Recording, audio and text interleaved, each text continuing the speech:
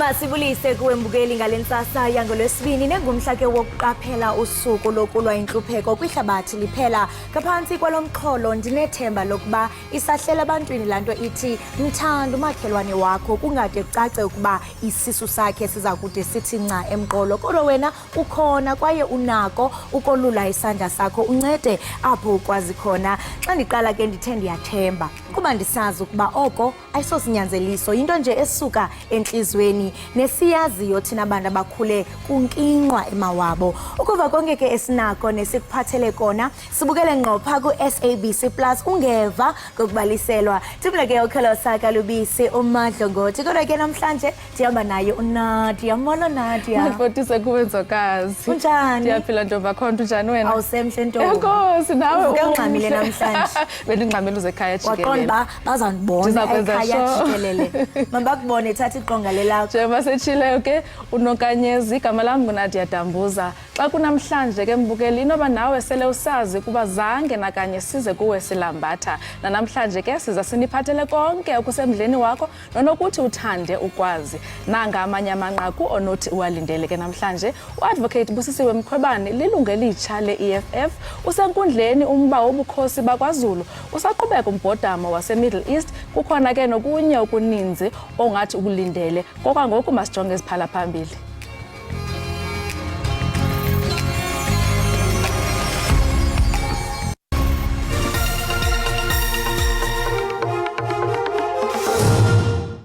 I, fighter Busisiwe Joyce Mkhwebane, solemnly declare that I will abide by the aims, objectives, and radical policies of economic freedom fighters. Owayesakuba ngumkhuseli woluntu Advocate Busisiwe Mkhwebane ubhengize ngokusesikweni ukuba sekelilungu le-Economic Freedom Fighters. The humanitarian situation is one which of course we're concerned about. Kuye kwabakho uqhankqalazo eWest Bank ePalestine ojoliswe ekuxhaseni abantu basePalestina naseGaza njengoko imfazwe phakathi kweHamas kunye nelizwe lakaSirayeli iqhubeka.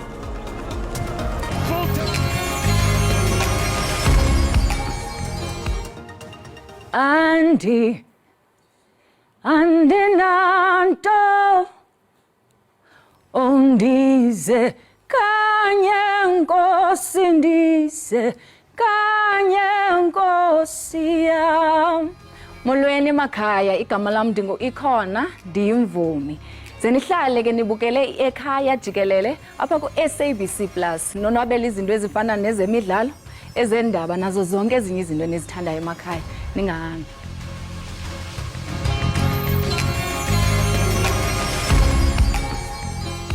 Owayesakuba ngumkhuseli woluntu Advocate Busisiwe Mkhwebane ubhengeze ngokusesikweni ukuba sekelilungu le-Economic Freedom Fighters. Umkhwebane uqinisekise oku phezolo eKwaGafontein eMpumalanga. Lesimemezelo siza ngemuva kokuthi Mkhwebane akhonjwa indlela sekusele isikhathi esingangenyanga ngaphambi kokuthi aqede ihlandla lakhe njengoba amalungu eshayamthetho awuvotela ngo-elite umbiko wesigcawu sePhalamende sasiphenya ngokuthi ukulungele yini ukuba sesikhundleni. Manje ke Mkhwebane usethole ikhaya elisha lezombusazwe. I, fighter Busisiwe Joyce Mkhwebane, solemnly declare that I will abide by the aims, objectives, and radical policies of economic freedom fighters as set out in the Constitution of the EFF. I voluntarily joined the EFF. Umkhwebane uqinisekisile ukuthi njengoba eseyilungu le-EFF akabheki inzuzo kwazise uzimisele ukusebenzela umphakathi. I joined this movement so that I can go down there and continue to make South Africans, the poor especially, to be their own liberators. Bangahlali, banganamanzi, banganama sanitation, bangana electricity. I'm here to make sure that I will work with them and to hold the very same executive. Uma Mkhwebane egcina ngokuba yilungu lePhalamende lokhu kusho ukuthi usezohlala esigqikini esisodwa namalungu esishayamthetho amvotela ukuthi akhishwe esikhundleni somvikeli womphakathi. Inkundla ephakamileyo yasePitoli ive ukuba Engasekhoyo inkulumbuso kaZulu ukumkani Mangosuthu Buthelezi kwakunye nomongameli welizwe babengenalo igunya lokumisela inkokheli yamabandla uMisizulu kaZwelithini njengengonyama yesizwe samaZulu. Okukuthethwe ligqetha likaNkosana uSimakade kaZwelithini kunye neNkosana uMbonisi kaZwelithini ngethuba ke kuqalisa ityala lokususa esihlalweni isilo uMisizulu kaZwelithini. U-Advocate Thabane Masuku omele umntwana uMbonisi Zulu utshele inkantolo ukuthi umengameli uCyril Ramaphosa angeke basamthemba ekutheni yathatha izinyathelo ngendlela engachemile emdontsiswaneni wombango wendlalifa ezongena esihlalweni sesilo esesibuzile uGoodwill Zwelithini. The president can no longer be trusted by the Zulu royal family to be a neutral investigator and decision maker on this issue. uMasuku uqhube wathi isinqumo sikaRamaphosa sokuqoka isilo sagagamela kanti ke umndeni wasendlunkulu kuphela onelungelo lokukhetha inkosi. The president himself or herself, the cabinet, they cannot identify a king for a kingdom. This is a right that resides only within the royal family. U-Advocate Dadsino obenza izethulo egameni likaMntwana uSimakade kaZwelithini uzwakalise ukuthi amalungu amqoka ngama-26 asendlunkulu azange abe ingxenye yomhlangano wango-2021 okwakubhungwa kuwo ngezinhlelo zokuqoka isilo. 26 people missing and 2 are expressly recorded. That's Princess Tembi and Prince Mbonisi. Well, they are quintessentially important people. And even in respect of those two, if they're not present, what you say is, hang on people, there are some important people who should be here who've said they can't make it. It's important that we bring them on board. Kusenjalo abameli bakaMengameli uCyril Ramaphosa kanye nabengonyama kaZulu kulindeleke ukuthi benze izethulo malungana nalomdontsiswano kanti icala lizoqhubeka kuze kube uLwesithathu. Umphathiswa wamapolisa uBhekicele uthi sele kusekwe igqiza eliza kujongana ngqo nokuphelisa ukumbiwa kwemigodi kweli lizwe. Ekhuluma kulomhlangano ngasebenza kuko uCele uthi amaphoyisa ayaqhubeka nokubopha ozamazama abamba ngokungemthetho. Uthi nezinkantolo nazo seziqinisa isandla kubasolwa emacaleni okumba ngokungemthetho kepha zisekhona ingqinamba. In Northwest last 2 weeks ago 18 of these people were found guilty. I think courts are getting a little bit serious. We found guilty 18 of them and were given six months, yes, or 12,000 rands. But usually they are warned and let go at that level, which has been the problem. uCele uthi bathungatha osomaqhinga nokuyibona abathumela ozamazama. For instance, we've got 9 people that have been arrested. Who are middle class of some form on the Zamazamas. And those people, they own beautiful houses. When we visited their houses in Carltonville, all the furniture is imported. Is an Italian furniture in there. SIU has already attached 51 of their cars and 7 houses. That could be up to the property on 38 million. So they are caught going as we speak. 6 of them will be foreign nationals, 3 of them are South Africans. uCele uphinde wathi basebenzisana nohulumeni waseLesotho ukuxazulula lenkinga njengoba iningi lozamazama kubikwa ukuthi baqhamuka kuleli lizwe. Izifundazwe ezithintekayo kulolu hlobo lobugebengu eGauteng, eFree State kanye neNorthwest.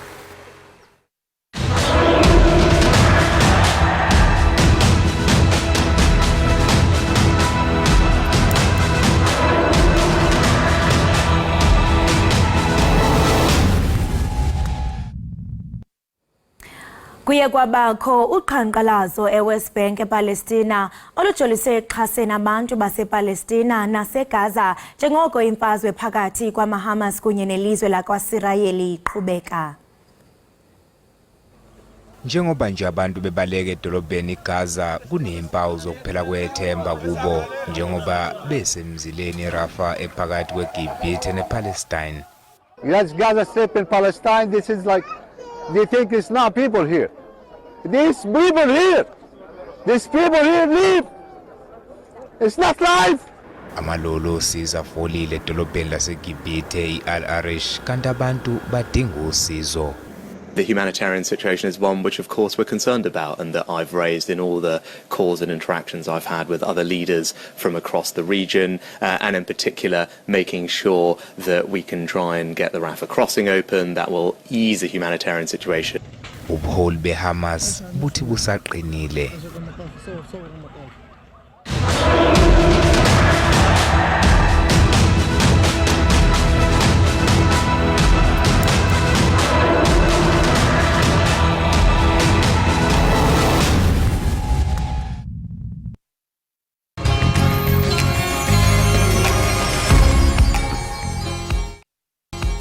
Enkosi Mbukeli ngokuba uhlale nathi usasibukele kaloku apha ekhaya Jikelele. Kaloku lena yinkqubo iqaqambisa ulwimi lwemveli iSABC lihaye. Xa sihlabela mgama ke Mbukeli ngovimba wethu, iqela lezopolitiko iInkatha Freedom Party lityumbe amalunga amatsha naza kuba inxalenye yesigqeba esiphezulu salombutho.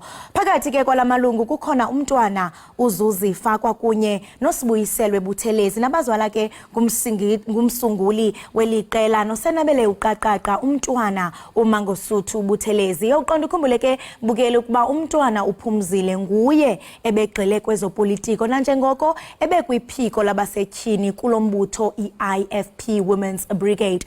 Ingaba yintoni mhlawumbe unobangela wokuba kufakwe amalungu akwaButhelezi kwisikhundla esiphezulu zalombutho? Oku ke mhlawumbe kungakunceda njani lombutho ingakumbi ke xa sijonge kunyulo lukazwelonke kulonyaka ozayo? Yaye ingabe eneneni oku kungumyalelo osuka kumsunguli wombutho kusini na? Ukufumana ke impendulo zoku kwembukeli sikrwece uSolwazi uBheki Mngomezulu. Ukhona ke phasa udibana naye emnxebeni. Solwazi, masikubulise sikwamkele inkqubeni ekhaya Jikelele. Sibambe ngazibini ngokuba ube nathi kusasa. Mandibulise kodadewethu nakubaphula khona.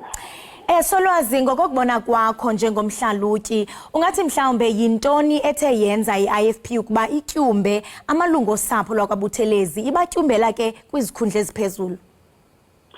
No, dadewethu asiqale ngokusho ukuthi umgaqo-siseko we-IFP lokuthiwa i-constitution uyabavumela ukuthi uma ngabe kukhona ikhala ekhona lapha esigungeni esiphezulu kwi-National Council bayakwazi ukuthi bathathe abanye abantu abangekho kulelo hlakalolo noma kwi-ANC bababize ukuthi amabafike lento kuyayithiwe babakho-optha ngolimi lokwethekela. So lokho uma ukubheka ngokomthetho osisekelo welona wayiqela le-IFP ayikho into errong. Kodwa-ke into ethanda ukuvusa umdla ukuthi kuthathwe abantwana ababili bakamntwana uButhelezi bafakwe kulapha kwi-ANC. Ileyo nto ke iyenze ukuthi kube khona abantu abaningi ababa nemibuzo ukuthi ingabe kwenzeke kanjani lokho. Nanokuthi ke ngaphambi kokuthi umntwana uButhelezi asweleke ingabe mhlawumbe labo bantu labo kade bevele bekhona yini kulona bebonakala kwi-IFP noma mhlawumbe kade besemazingeni aphansi base bekhushula ngoba umntwana engasekho. Into engicabanga ukuthi bayenzile abaholi be-IFP ukuthi babadwebe isithombe sokuthi njengoba umntwana engasekho abamlahlile basahamba naye ingakho ke bethatha izingane zakhe noma abantwana bakhe bebafaka lapha esigungeni esiphezulu. Engazi ke kodwa ukuthi lokho kuzokwehla kanjani kubantu akade belindile ukuthi uma kuvela ithuba nabo kungenzeka bafakwe lapha kulona kwi-National Council. So sizobona ke ngokuhamba kwesikhathi ukuthi kuyayisiza noma kuyayilimaza i-IFP. Kodwa khona ngokomthetho osisekelo noma i-constitution ye-IFP ayikho into errong abayenzile. Singatsho sithi mhlambe kungenzeka ukuba okusikubona kusenzeka kungumyalelo wakhe ongumsunguli wombutho umntwana wakwaphinda ngeni. Ngaba mhlambe wathi ngaphambi kokuba mhlambe abe kanti uyakhothama wakhupha umyalelo wokuba kuze kube kanti kube khona amalungu osapho azazibandakanya okanye afakwe abe kulombutho?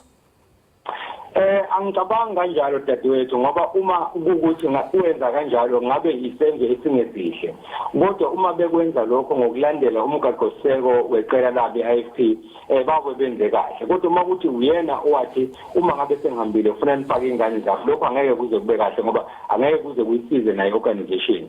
Ngoba njengoba usuke washo umntwana uphumzile uvele ukhona ulona uyimele IFP lona esifundazweni kwaZulu Natal.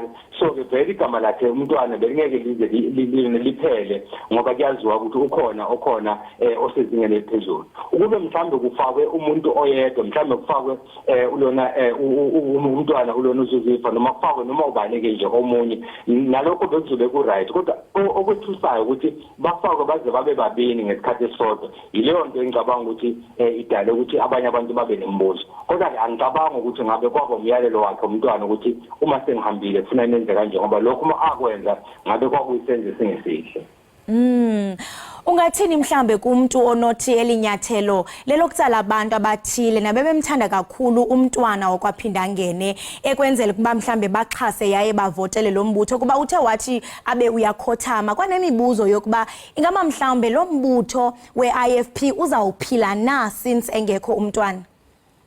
No, lokho angeke sikuphikise dadewethu ukuthi umntwana waphinda ngene uyena obe ubuso beqembu lakhe kusukela ngo1975 wangaba nalo isekela noma ideputy kwaze kwaba u2012 lapho kwakhethwa khona inkosi uMzamo ukuthi kube uyena oba isekela kwase kuyothi-ke ngo2019 kwakhethwa-ke uHlabisa ukuthi akube uyena ozophatha iIFP kodwa igama lakhe beselokhu likhona ngoba bagcina bethi uzoba emeritus leader yeqembu ukuthi bamhlonipha ngaleso sikhundla leso. So ke enye izinto engicabanga ukuthi iIFP iyazibheka ukuthi njengoba kuyo okhethweni uma izoya okhethweni ka2024 igama likamntwana lingaveli indawo lokho kungagcina kuyilimaza. So ke ngasho ngithi labo abanombono ukuthi ukufaka abantwana bakamntwana laphana kwiIFP esikhundleni esiphezulu kwenzela ukuthi kubonakala ukuthi nakuba engasekho yena buqo kodwa ingane zakhe zikhona okusho ukuthi legacy yakhe iyaqhubeka abantu ke bazokwazi ukuthi baqhubeke nokuthi bayisupport iIFP. Lokho angeke sesiphikise into ekhona. Prof, esisenzo sokutyumba amalungu osapho lwakwaButhelezi ungatsho mhlambe uthi siyowusebenzela lo mbutho weIFP kulonyaka uzayo njengoko sijonge into yokubana kuzabe kuvotwa uye watsho eqaleni into yokubana ngokomgaqo siseko walo mbutho noko ityala abalenzanga ndisitsho nje uyawuqonda ukhumbula into yokubana xa sijonga from 1994 to 2014 siye sabona into yokubana kuye kwaba decline after 2014 ungathi mhlambe indlela le abazama ukuphucula uvoto. Ikhona leyo nto dadewethu ngoba ukuhamba kamntwana uhambe ngesikhathi esirongo ngoba siyazi ukuthi bekhona leyo nto ebeyenzeka ukuthi bebonakala ukuthi iqembu leIFP liphelela ngamandla kodwa ke muva nje kusukela ngokukhetho ngo2019 nokhetho lohulumeni basekhaya ngo2021 iyenze kahle kakhulu nakuma by elections ke kwaZulu Natal beyenza kahle kakhulu ukuhamba kamntwana kuyilimazile iIFP. So ke kufanele ukuthi yenze konke okusemandleni ukuthi amanye amavoti ebingagcina mhlambe ingawatholanga iwathole esinye sezenzo ke abazenzile lezo ukuthi bafake ingane zikamntwana ukuthi baqhubeke nokuthi ubuso bukaButhelezi noma igama likaButhelezi lisekhona kwaIFP. Engicabanga ukuthi ke kodwa ukuthi kuyabasiza noma akubasizi kuzoya ngokuthi ubuholi beqembu buwachazele kanjani ama-members noma amalungu eqembu ukuthi isigqebo esisithathile sisithathe nezizathu. Uma ukuthi abakwazanga ukuthi bayichaze kahle lento leyo kubalandeli babo kungagcina kubalimaza kodwa uma beyibeke nje ngendlela ukuthi wonke umuntu eneliseke ukuthi akekho umuntu oshiwe ngaphandle ngiyacabanga ukuthi kuzobasiza lokho abakwenzile. Prof, xa siphuma nje kancinci apha kumxholo solwazi ungathi mhlambe bunjani ubudlalwane bukamongameli weIFP uvele enkosini Hlabisa kunye namanye amalungu ombutho ngoba kukho amahe wokuba ingathi nje akuvisiswana ncam. No, akuyona into eyisecret leyo dadewethu. Vele kunabantu abangajabulile noma abangeneme kahle ngokuba khona kukamongameli weqembu njengamanje uba kuvele enkosini Hlabisa. Esinye sezizathu zalokho ke ukuthi indlela akhethwa ngayo banesikhalo sokuthi kwase kwaba yona iNC yeqembu eyathatha isinqumo sokuthi akube uyena ozongena. Kwase ukuthi uma ngabe sekuba nokhetho ngo2019 emva kokhetho likazwelonke kwabe sekwenziwa officially ke lokho wangena unopposed futhi wangena ngekho umuntu omthikisayo kwagcina ke sekuba uyena obomholi weqembu. So khona abangenelisekile ngokuthi ngendlela angena ngayo banenkolelo ukuthi ukuze angene ingoba waye approve isigungu esiphezulu iNC kanye naye umntwana kwaphinda ngene. Okwenza ke ukuthi kube khona abantu abazoba nombono ukuthi njengoba umntwana engasekho okena umuntu kade emsupporta naye ulona umhlonishwa uvele enkosini Hlabisa bemhlonipha umntwana bazobe bengasekho mhlambe abazame ke nabo amathuba ukuthi bakwazi ukusithatha lesikhundla. so ke lento ingagcina ilimaza ke kodwa iqembu engicabanga ukuthi noma ngabe khona abasifunayo lesikhundla angeke kube umqondo omuhle ukuthi bamlwise uhlabisa manje lungakafiki ukhetho la ngo2024 ababambisane nje bebonke noma ngabe bakujabulela ukuba khona kwakhe noma bakujabulele ababambisane kuze kudlule ukhetho emva kokhetho ke sebangabona ukuthi benze njani ngoba uma bezoqala manje babanga isikhundla sikahlabisa lokho akuzukulisiza iqembu. So lilonke prof ungathi into kubana bangasebenzisa elithuba uba mhlambe babumbane kuba mhlambe ingababhlungu kakhulu kuba xa sijonga kaloku lo mbutho more than 40 years wasungulwa xa ngoku mhlambe kuzawulwelwa izikhundla bangabumbani oko mhlambe kungababeka ethubeni elibi njengoko sijonge uvoto. Ingaba njengomhlalutyi ubona ukuba lo mbutho uzokwenza njani kunyulo oluzayo lonyaka ozayo singabona mhlambe ubuso bukamntwana wakwaphinda ngene xa kukhankaswa okanye singalindela uba sibone ubuso bukamongameli uhlabisa? Yabona ke lo mbuzo obuzayo dadewethu umbuzo obaleke kakhulu ngoba sizokhumbula ukuthi ngoba nesikhathi lapho kwaba khona abanombuzo ukuthi kwenzeka kanjani ukuthi athi ekhona uhlabisa njengomholi weqembu kodwa baqhubeka nokusebenzisa ubuso bukamntwana waphinda ngene. Bathi mangabe bechaza ke bathi ukhetho lolo ababesebenzisa kulo ubuso bukamntwana kwakuyindlela yokumhlonipha.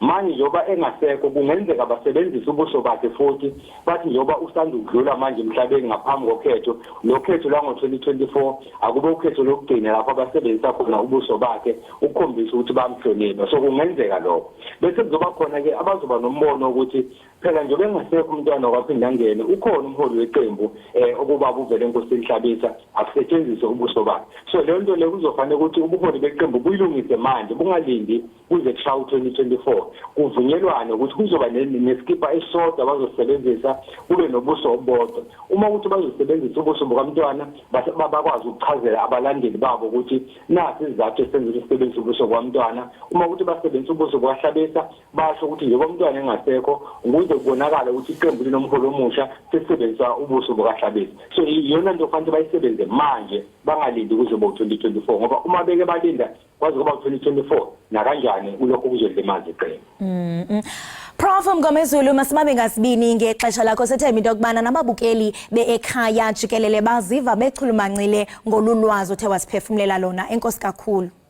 Enkosi kakhulu nabo sisi enkosi ngibaphula phosha. Right imbukeli weEkhaya Jikelele lo ke besithetha naye ibingumhlalutyi wemiba yezopolitiko umnumzana uBheki Mgomezulu esichazela banzi ke ngomba wokutyunjwa kwamanye amalungu akwabuthelezi naquka ke umntwana uZuzifa. Sisathetha njalo umbukeli masithi qhwi evenkileni wena ungaqushuqushalaze ubukele iEkhaya Jikelele.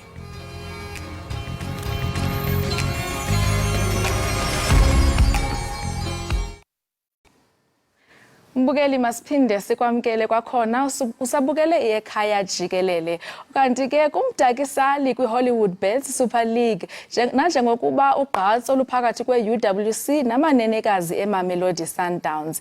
iSundowns ibhinqa omfutshane kule ngempela veki ngelixa izama ukususa iUWC encochoyini yeHollywood Bets Super League. Ibanyana bastyle ibethe iJVW ngamathandathu kwelinye eLucas Moripe Stadium kwintsuku nje ezimbalwa emva kokubetha iDurban Ladies ngamathandathu eqandeni. Eliqela liphumelele yonke imidlalo yalo esandleni kwaye ingasemva ngamanqaku amathathu kwiqela lasentshona koloni emva kokudlala umdlalo olinganayo.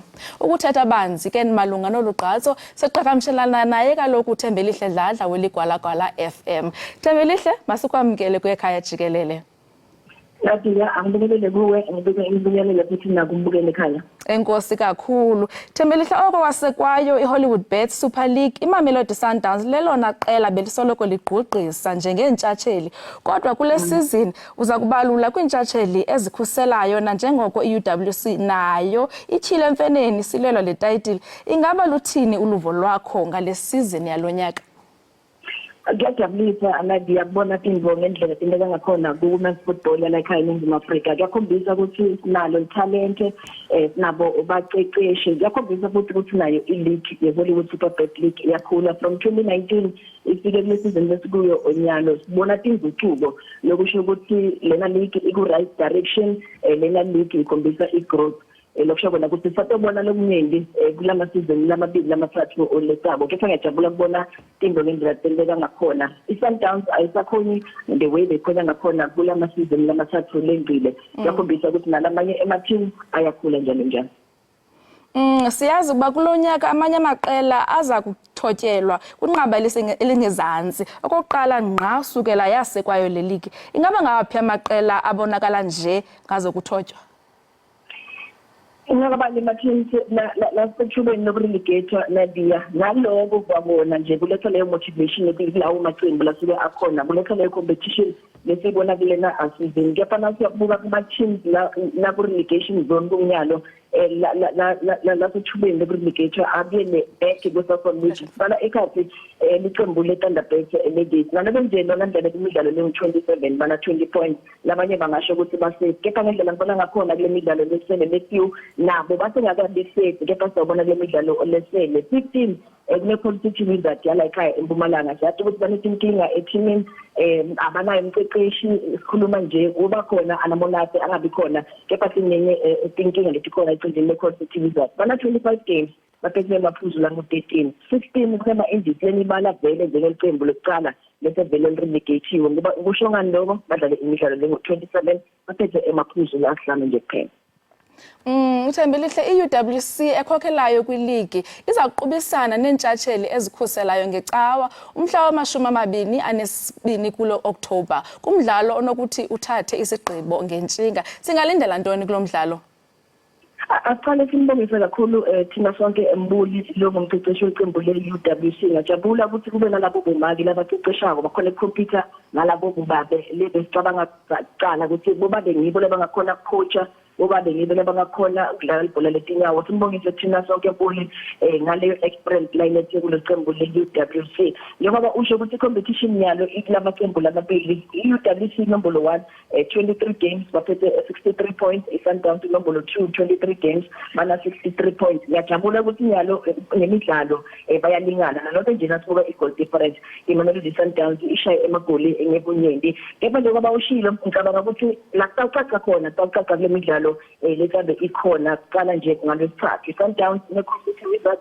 nomunye angathi obvious game kepha sathi ukuthi ema-plans e-competitive result emenjani nalobe nje badlala i-campaign kanti iqembu le-UWC yona batabe badlala iqembu lekuqembu lenalo iphakamise kakhulu sukela sambona la Makeshon Mkhize alithenga aletha abantwana bo-motivated ngiyacabanga nabo i-UWC ngede kube lula i-decide ngicabanga ukuthi abakhona on Sunday la i-UWC itholana etulo neqembu le-Mamelodi Sundowns ladies kepha nalapho ngeke kube ngumdlalo kulula sibona iqembu le-UWC likhona kwehlula i-Sundowns sibona i-Sundowns ikhona kwehlula i-UWC lokusho ukuthi cabanga umdlalo lovulekile tabe ngumdlalo lojabulisayo iqembu lesebenzisa amathuba kulo mdlalo ngeke iqembu lesakhona ukuthi liphumelele.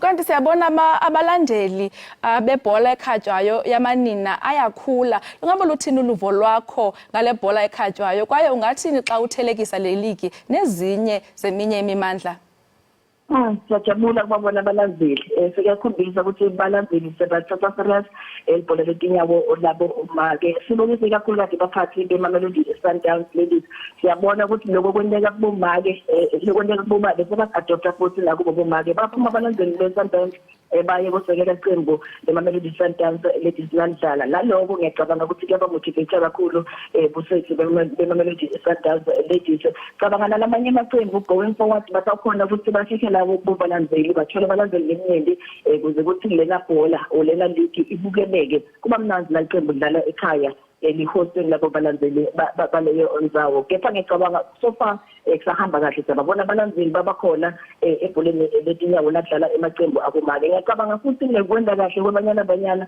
kuyo imidlalo ye-World Cup eFrance ubanike selithemba balandeli baseNingizimu Afrika ukuthi kufanele nakanjani baphume bayosekela emantombazane ethu nakadlala ikakhulukazi kula i-league leHollywood SuperBet Nadia. Kunjalo nyani ungathi ngobani intandane eziza kuphumelela iligi kulonyaka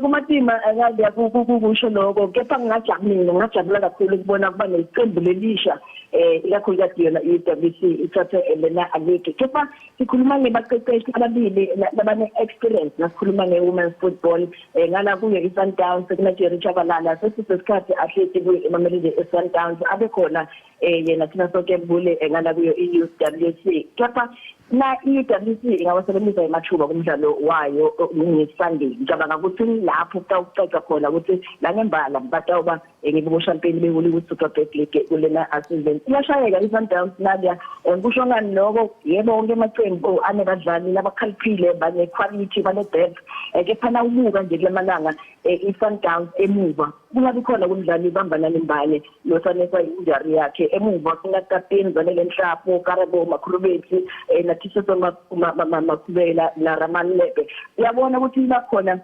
ayikhona leyo communication kakhulu ku defense Sundowns ubone Shabalala kugame yabo neJenel Van Beek uqale umdlalo ngabosija second half yamjinja ufaka andile edlameni uma uba pressure uyakubo nabo banema mistakes yabo so if i-WC ngakhona ku pressure i-Sundowns ba contain engabavumeli ukuthi badlale umdlalo wabo ngiyakutshela Nadia utawuphinde ukhulume nami ukuthi boshilo i-WC iphumelele emagoli atawuba khona nawubuka labadlali khona emagoli abakhona so ngicabanga nalo namdlalo phela umdlalo lokuvulekile kaba umdlalo futhi kunemagoli kepha ngajabula ukuthi i-WC ngaphela isizini kube ngibo bo champion beHollywood Super kulena season.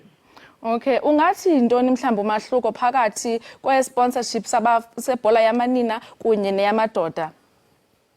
Uma sibuka sponsorship wanyalo asibabonge beHollywood ukuthi bavele bethe phambili basho ukuthi thina singakhona kunceda ku development ye women's football eNingizimu Afrika kepha nasibuka prizes esitakhala sisafisa kubona abadlali bethu bemantombazane bahona kufana nabo babe kepha yimbo leso sikhathi lesithe ukuthi iyendeke siyabona ngaphansi kweHollywood kuneSasol nabo sibabonga futhi beSasol ukuthi nabo bafake isandla ekuthuthukiseni i-women's football like eNingizimu Afrika ikhizwe futhi ichase nalo iqembu lethu libe eleka anyana abanyana na bangeda babe banyeli ukuthi amabhizinisi bafake imali ngicabanga ukuthi ngaba khona leyo balance kepha kwanyalo kufanele sibonge iHollywood sibonge futhi nayo iSasol lekungiyele ecala lemhambo ekuthuthukiseni i-women's football lakhaya kepha kona sasesikhathi ukuthi sibona kube naleyo balance mhlambe lathi ngangena imali sibedingeni lapho khona kubona khona bomake nabo badlalela i-prize money lefana nabo bobazi baphinde futhi nabo bafole imali cishe lelingana nabo bebazi.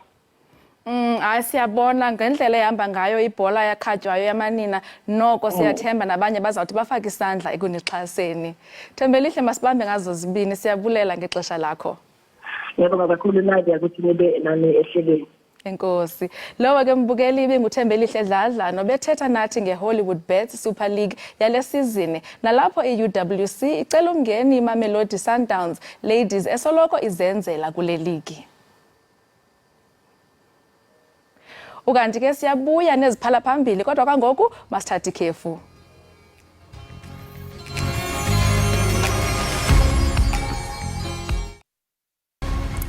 Sibambe ngazo zozibini mbukeli we-Ekhaya Jikelele ngokuthi uhlale uthe qolo unathi apha enkqubeni qiniseka mbukeli into kubana unayo i-SABC Plus ungayidownload efonini yakho bangaba mhlawumbe usebenzisa i-Android ungaya nje pha ku-Google Play uthi search SABC Plus uthi search SABC lihaye uthi khafa uzasibona phasi ekhaya Jikelele ngalo lonke ixesha awunyanzelekanga uba ube phambi komabonakude kude apho uhamba khona noba uziqhushe ke ebhedini noba ukusebhedini noba usebhasini noba usetreyinini nguwe uzasibukela sikhona.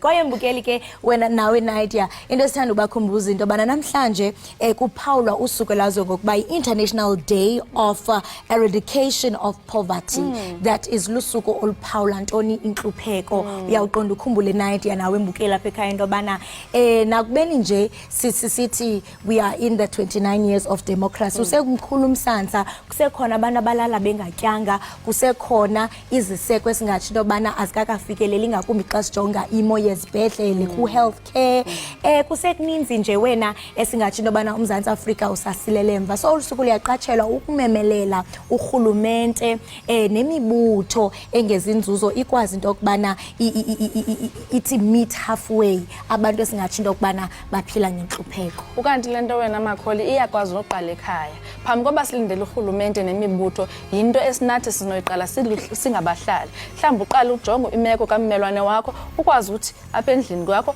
unikeze ummelwane wakho.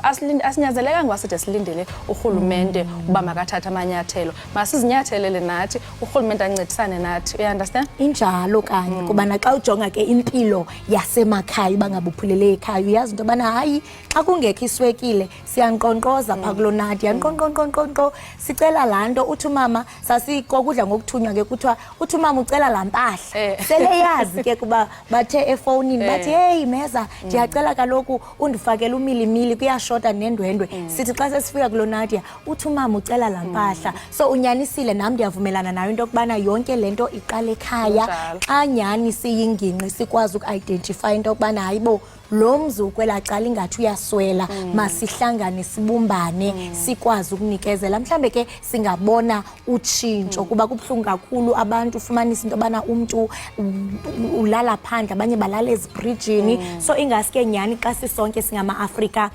singavuselela laa mbali kantu ethi umntu ngumntu ngabantu. Injalo Makhola. Masibathathe sibase kwimozulu. Hayi ke kuba niyaphuma niya kwindawo ngendawo ezikolweni emisebenzini okanye mhlawumbi nisayophanda etawuni kanithathe nalo uqikelelo lwemozulu.